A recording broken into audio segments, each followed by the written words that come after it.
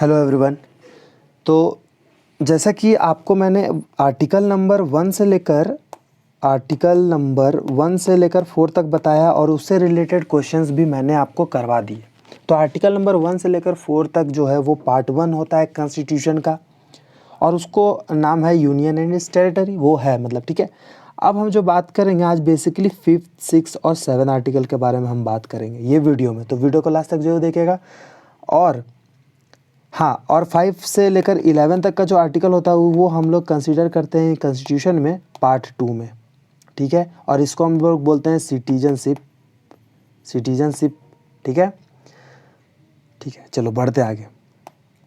तो यहाँ पे जो लिखा हुआ है दोस्तों, मैं आपको पहले ही बता देता हूँ कि ये इनकम्प्लीट है, यहाँ तक पहले आप समझ लो, ठीक है। एंड के बाद जो बात करेंगे वो भी आपको मैं समझाऊंगा। लेकिन दोस्तों यहाँ देखिए क्या लिखा हुआ है, citizenship at the commencement of the constitution, at the commencement of this constitution every person who has his domicile in the territory of India, ठीक है। मतलब देखिए, citizenship at the commencement of the constitution, इसका मतलब होता है, commencement of the constitution का मतलब होता है कि जब हमारा संविधान लागू हुआ। कब हुआ? 26 जन 1950, ठीक है। अब ये अधूरा है, अब इसको कंप्लीट करते हैं। चलिए, इतनी बात तो समझ में आ गया कि उसके पास डोमिसाइल होना चाहिए भारत का, ठीक है। अब देखो इसको कंप्लीट कैसे होता है। And who was born in territory of India, मतलब जो भारत में जिसका जन्म हुआ हो, या फिर और लिखा हुआ है, या फिर ये भी होना चाहिए या फिर ये होना चाहिए, either of whose parents were born in territory of India, मतलब उसके माता पिता का जन्म होना चाहिए भारत में, या फिर उसका जन्म होना चाहिए, या फिर उसके उनके माता पिता का जन्म होना चाहिए भारत में, या फिर मतलब कि तीनों में से कोई एक होना चाहिए, तब वो भारत का नागरिक कहलाएगा। तो देखिए क्या है third one, who has been ordinary resident in the territory of India for not less than 5 year preceding such commencement shall be a citizen of India. इसका मतलब दोस्तों क्या है? इसका मतलब ये है कि संविधान जब लागू हुआ 26 जनवरी 1950 से 5 साल पहले से अगर वो भारत में रह रहा हो, तब भी वो कहलाएगा सिटीजन ऑफ इंडिया, ठीक है। क्या कहलाएगा? Citizen of India. तो अगर सिंपल वे में हम समझें तो आर्टिकल 5 क्या है? सिटीजनशिप बाय डोमिसाइल, ठीक है। डोमिसाइल का मतलब अगर जान रहे दोस्तों, नहीं जान रहे तो मैं बता देता हूँ। डोमिसाइल का मतलब होता है जहाँ पर आपका परमानेंट रेसिडेंट हो, मतलब कि मान लो कि ये जगह में मैं रह रहा हूँ और मेरे माता पिता भी यहीं पे रहें, दादा दादी भी यहीं रहें, तो ये आपके लिए डोमिसाइल हो गया। मतलब कि जहाँ पर परमानेंट सेटलमेंट होता है, दैट इज़ योर डोमिसाइल। अब मान लीजिए मैं यहाँ पे रह रहा हूँ और मैं कुछ दिनों के लिए पढ़ाई के लिए चले गया कोई और जगह, और वहाँ पे भी मैं 5 साल रहा, तो क्या वो मेरा डोमिसाइल होगा? जी नहीं, वो मेरा डोमिसाइल नहीं होगा। क्यों नहीं होगा? क्योंकि वहाँ तो सिर्फ आप 5 ईयर से ही रह रहे हो, ना वहाँ आपका जन्म हुआ है, ना वो परमानेंट प्लेस है आपका, है क्या? नहीं है ना। 5 साल के रहे हो, बाय द वे आपका कुछ सिलेक्शन हो जाता है कहीं पे, तो फिर तो आप तो घर ही जाओगे वापस लौट के, ठीक है। तो डोमिसाइल का मतलब समझ में आ गया। चलिए, तो ये हो गया आपका आर्टिकल नंबर 5 कंप्लीट। अब आर्टिकल नंबर 6 का बारे में बात करते हैं, ठीक है। आर्टिकल नंबर 6 के बारे में बात करते हैं दोस्तों। तो आर्टिकल नंबर 6 देखिए आपको ये है आपका आर्टिकल नंबर 6। यहाँ हेडिंग मैंने देना छोड़ दिया, इसीलिए समझ में नहीं आ रहा था कि आर्टिकल 6 गया कहाँ, ठीक है। चलो, आर्टिकल 6 देखो क्या कहता है बेसिकली, कि person who migrated from Pakistan to India, मतलब पाकिस्तान से जो माइग्रेट किया भारत देश में, ठीक है।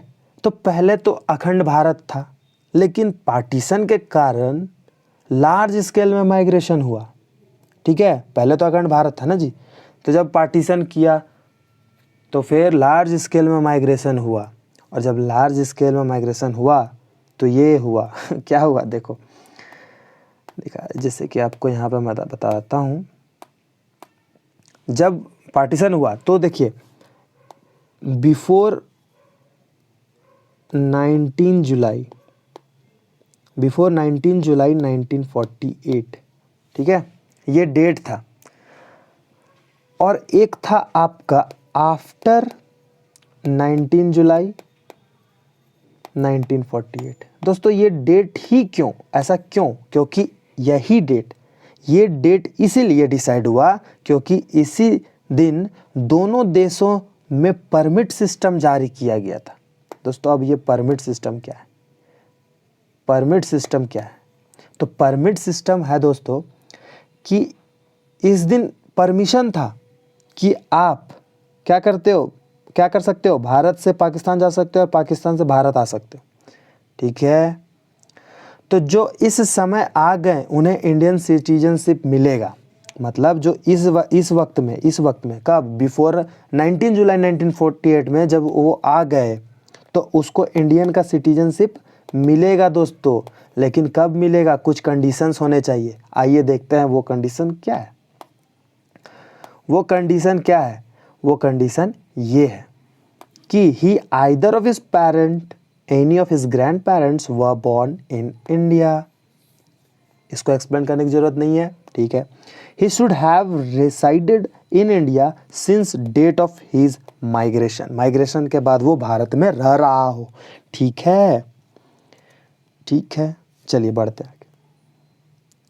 अब देखो आफ्टर 19 जुलाई 1948, मतलब जैसे कि जो वो समय था जो आ गया उसको तो इंडियन सिटीजनशिप मिल गया, मतलब बिफोर 19 जुलाई 1948। अब उसके बाद जो आया उसका क्या? तो देखो उसको ना, उसको भी सिटीजनशिप मिलेगा, लेकिन देखो उसके लिए क्या करना होगा उन्हें। पहला बात तो जो उनके पेरेंट्स होने चाहिए इंडिया में बॉर्न या फिर ग्रैंड पेरेंट्स, ठीक है। लेकिन देखो अब क्या, he had resided in India after remigration, मतलब माइग्रेशन के बाद उसको कम से कम भारत में 6 साल रहना, सॉरी 6 साल नहीं, 6 मंथ, 6 महीना उसको भारत में रहना चाहिए। ठीक है, आ तो गए हैं लेकिन उसको अभी भी नागरिकता नहीं मिला है। 6 महीना रहेंगे, उसके बाद भी क्या करेंगे, उसके बाद भी सबमिट करेंगे एन एप्लीकेशन फॉर रजिस्ट्रेशन। ठीक है, कि मैं यहाँ भारत का नागरिक मुझे मिलना चाहिए, तब वो एप्लीकेशन सबमिट करेंगे। फिर वहाँ जो ऑफिसर होंगे वो करेंगे, देखेंगे कि 6 मंथ ये रहा, इसके पेरेंट्स हैं यहाँ के या नहीं है, तब उनको नागरिकता मिलेगा। ठीक है दोस्तों, आर्टिकल 6 कंप्लीट हो गया। आई होप आपको समझ में भी आ रहा होगा। ठीक है, चलिए, तो ये है आपका आर्टिकल नंबर 7। इस सबका हेडिंग मैंने छोड़ दिया, पता नहीं क्यों। आर्टिकल नंबर 7, ये है आर्टिकल नंबर 7। आर्टिकल नंबर 7 क्या कहता है कि citizenship of person who migrated to Pakistan. ठीक है, माइग्रेटेड टू पाकिस्तान।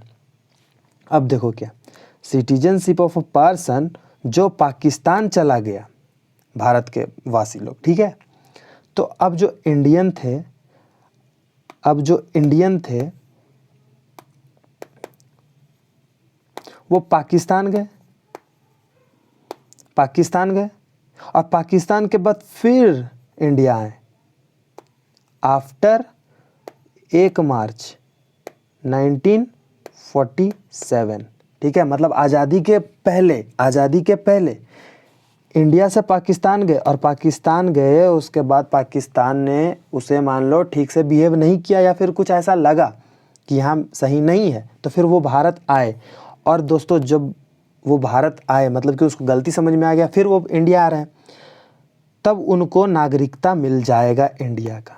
समझे, इंडिया का नागरिकता मिल जाएगा। लेकिन दोस्तों अगर मान लीजिए 1 मार्च 1947 के बाद इंडिया के जो पर्सन थे, इंडिया के जो सिटीजनशिप, वो पाकिस्तान गए और फिर वापस नहीं आए, तो उसको इंडिया का सिटीजनशिप कैसे मिलेगा? नहीं मिलेगा ना। ठीक है, तो ये आप समझ गए कि वो पाकिस्तान तो गया, लेकिन पाकिस्तान से फिर इंडिया आ गया।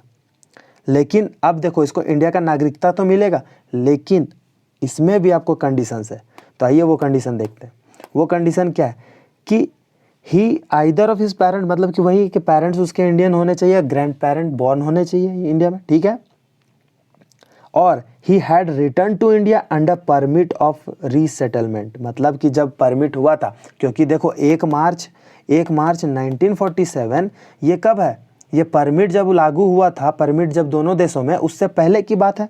तो उसके पहले जब अगर आप आ गए, तो जब return of to India under permit settlement, मतलब कि परमिट सेटलमेंट के अंदर आपको वहाँ भारत आ जाना है।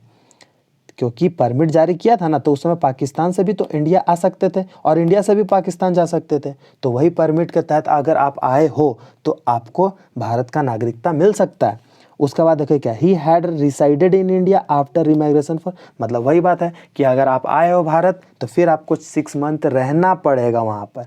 उसके बाद फिर आपको एप्लीकेशन रजिस्ट्रेशन के लिए अप्लाई करना पड़ेगा, फिर ऑफिसर वहाँ पे वेरीफाई करेंगे, तब जाके आपको नागरिकता मिलेगा। आई होप आपको आर्टिकल 7 भी समझ में आ गया होगा। तो वीडियो अच्छा लगा तो लाइक कीजिए, शेयर कीजिए, सब्सक्राइब कीजिए। फिर मिलते हैं नेक्स्ट वीडियो में, तब तक के लिए बाय, जय हिंद।